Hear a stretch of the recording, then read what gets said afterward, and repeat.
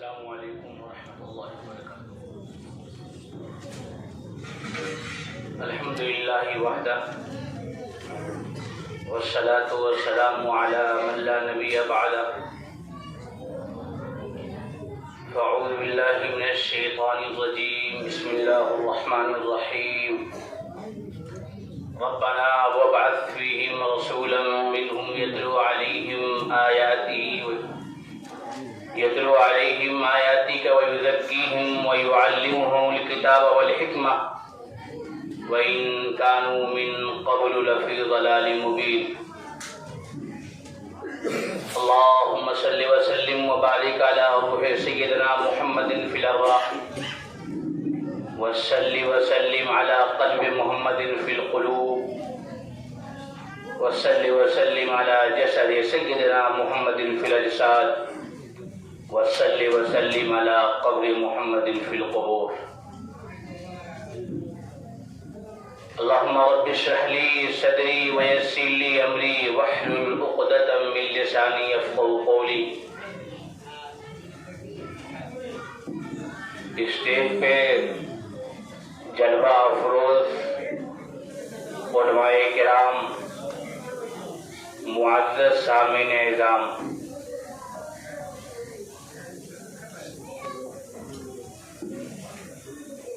ایک عرصے کے بعد جامعہ ماریہ نسوہ کے کیمپس میں حاضری کی سعادت ملی ہے، یہ اللہ کا فضل ہے، اس کا کرم ہے۔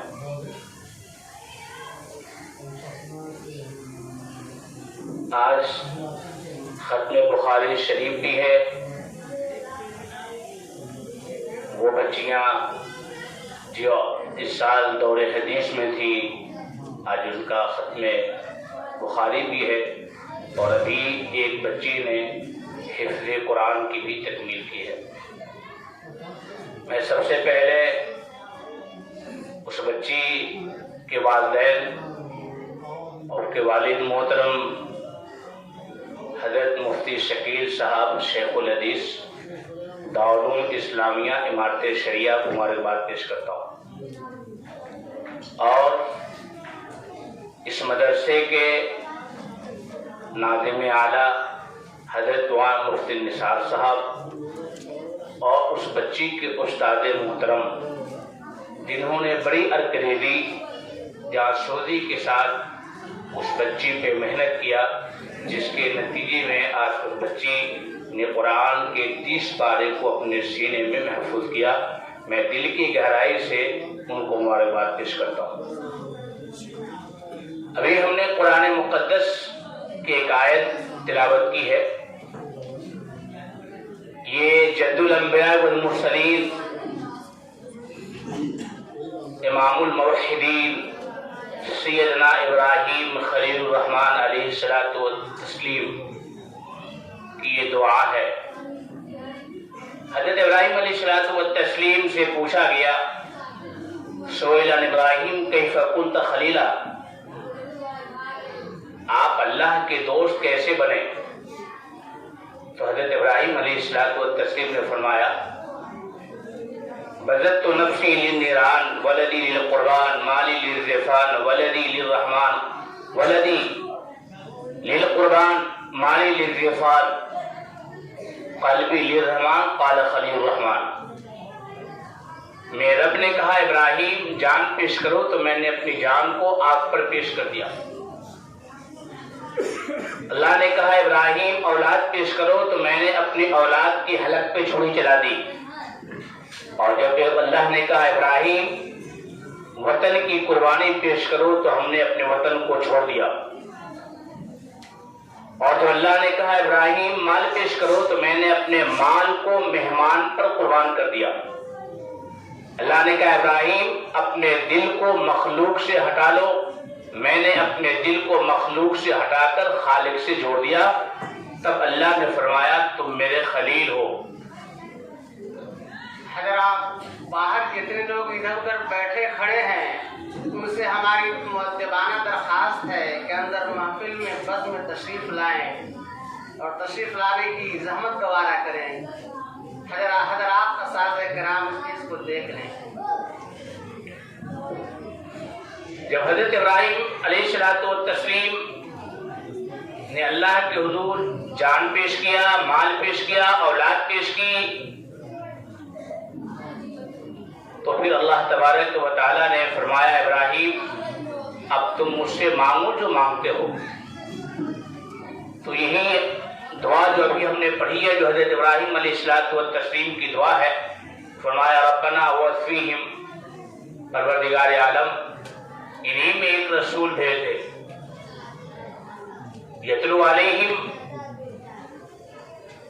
جو قرآن کی تلاوت کری اور کتاب کی تعلیم دے اور حکمت کی تعلیم دے اور تزکیہ کرے۔ گویا کہ اللہ تبارک و تعالیٰ نے نبی علیہ الصلوۃ والتسلیم کو دنیا میں مبعوث فرمایا اور اپنے حبیب کے ذمے 4 کام لگائے۔ پہلا کام تلاوت آیات، دوسرا تعلیم کتاب، تیسری چیز حکمت اور چوتھی چیز تزکیہ۔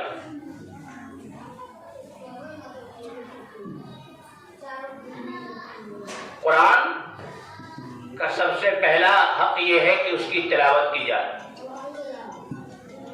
3 چیزیں ایسی ہیں، قرآن کلام الہی ہے، قرآن کلام الہی ہے، قرآن سیرت نبی ہے، قرآن کتاب ہدایت ہے۔ قرآن کلام الہی ہے، اس کا مطلب یہ ہے کہ اللہ تبارک و تعالیٰ نے اس کا تکلم فرمایا ہے، اور یہ جو ہمارے پاس قرآن ہے یہ اللہ کا تکلم ہے، اللہ کا کلام ہے۔ کتابیں تو اور بھی آئی ہیں آسمان سے، انجیل، زبور، توریت، یہ ساری کتابیں ہیں اور دیگر صحائف بھی آئے ہیں، لیکن کوئی کتاب، وہ ساری کی ساری کتابیں ہیں، کوئی کلام نہیں ہے۔ کلام میں اور کتاب میں فرق یہ ہے کہ کتاب لکھ کر کے دی جاتی ہے اور کلام یہ ہے جو منہ سے بول کر کے تکلم کیا جاتا ہے۔ گویا کہ اللہ تبارک و تعالیٰ نے توریت کو لکھوا کر، انجیل کو لکھوا کر، زبور کو لکھوا کر انبیاء علیہ الصلوۃ والتسلیم کے حوالے کیا، لیکن قرآن کا تکلم فرمایا۔ اور تکلم جو ہوتا ہے یہ متکلم کی صفت ہوتا ہے۔ میں بول رہا ہوں یہ میری صفت ہے، ابھی مولانا بول رہے تھے یہ مولانا کی صفت ہے، ابھی علماء کرام کیا بیان ہوگا وہ ان کی صفت ہے۔ تو کلام متکلم کی صفت ہوتا ہے۔ اللہ تبارک و تعالیٰ نے کلام کیا اور یہ کلام اللہ کی صفت ہے، اس کا مطلب یہ ہے کہ جو اللہ کی صفت ہے وہ اس کلام کی صفت ہے۔ اللہ باقی ہے، قرآن باقی ہے۔ اللہ تبارک و تعالیٰ کی ذات کو فنا نہیں ہے، کلام الہی کو فنا نہیں ہے۔ قرآن اللہ کی ذات قدیم ہے، قرآن قدیم ہے۔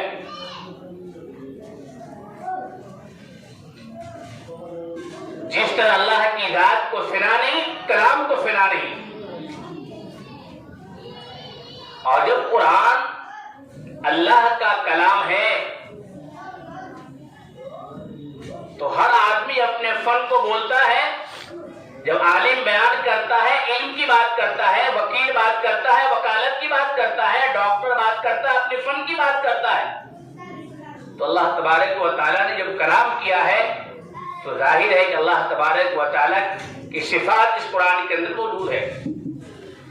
اللہ عظیم ہے، قرآن بھی عظیم ہے۔ اللہ کریم ہے، قرآن بھی کریم ہے۔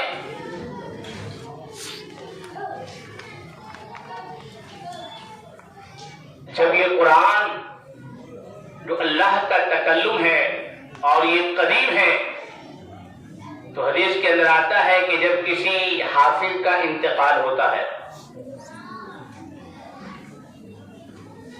تو اللہ تبارک و تعالیٰ اس زمین پر وہی فرماتے ہیں کہ دیکھو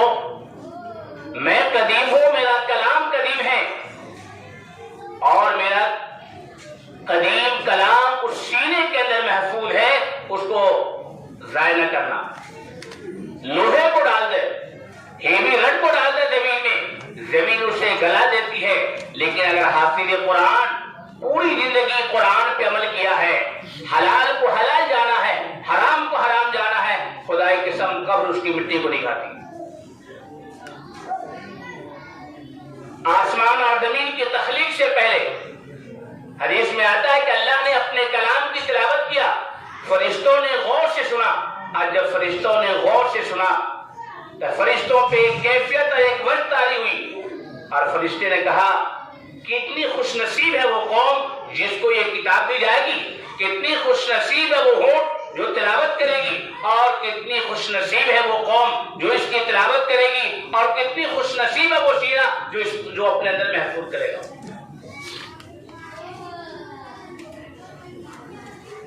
یہ قرآن تلاوت والی کتاب ہے. یہ اتلو ما اوحی الیک صرف واحد قرآن ہے جس کی تلاوت کی جاتی ہے. قرآن کے علاوہ دنیا میں کوئی بھی کتاب ایسی نہیں آئی جس کی تلاوت کی جاتی ہو.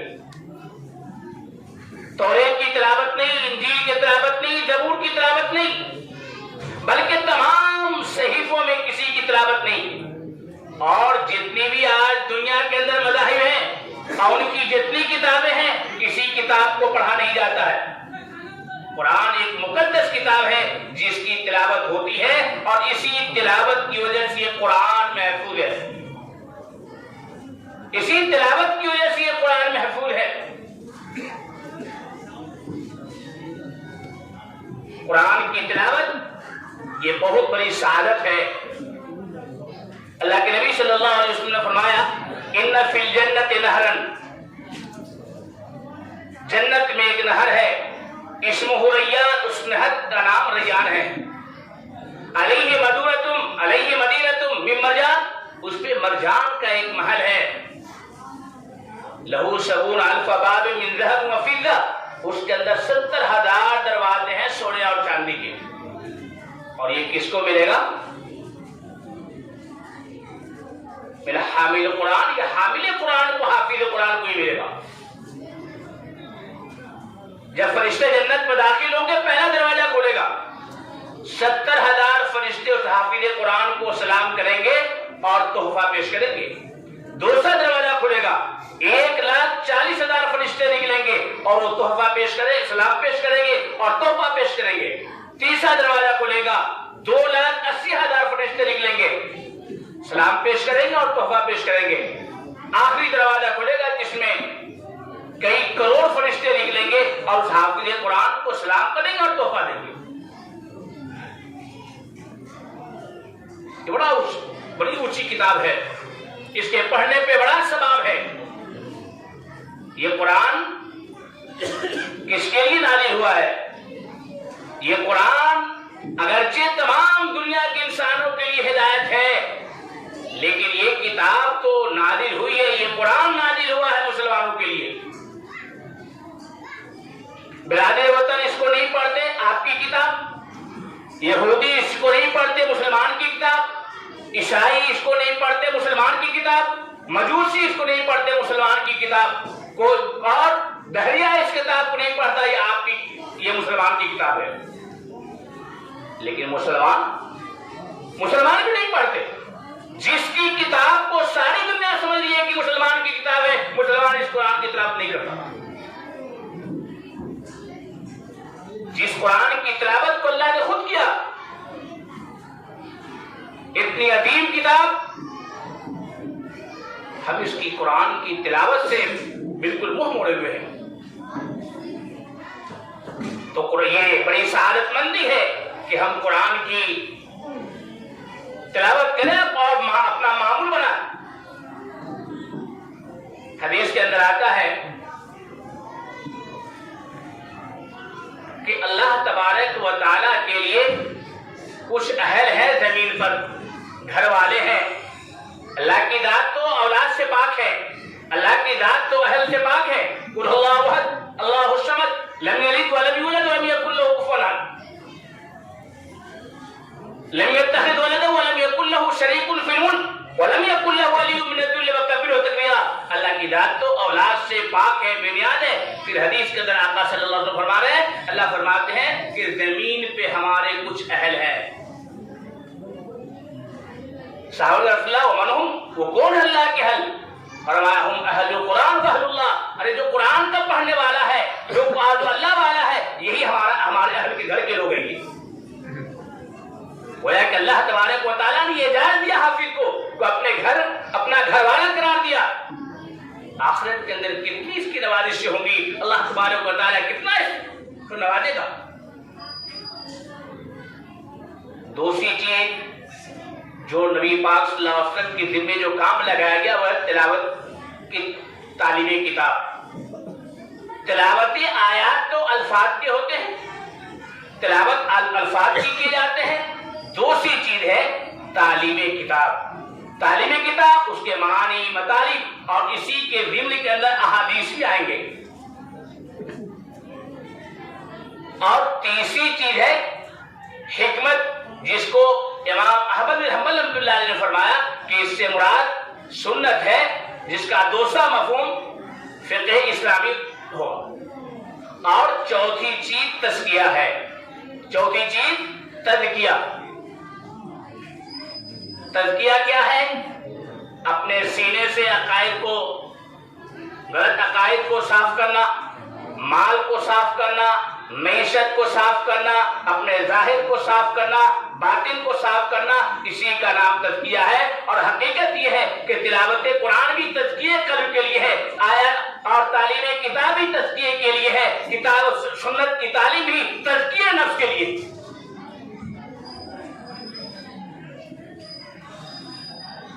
یہ چار کام، تعلیم کتاب، تلاوت قرآن، تعلیم کتاب، تعلیم سنت اور تزکیہ، یہ چاروں چیزیں جس کو اللہ تبارک و تعالیٰ نے پیارے حبیب صلی اللہ علیہ وسلم کے ذمہ لگایا۔ آج کے اس دور میں اگر کوئی اس کام کو بدرجے اتم اس کام کو کر رہا ہے تو میں تحدیث میں نعمت کے طور پہ یہ کہہ سکتا ہوں الحمدللہ علماء دیوبند اس چاروں فرائض کو انجام دے رہے ہیں۔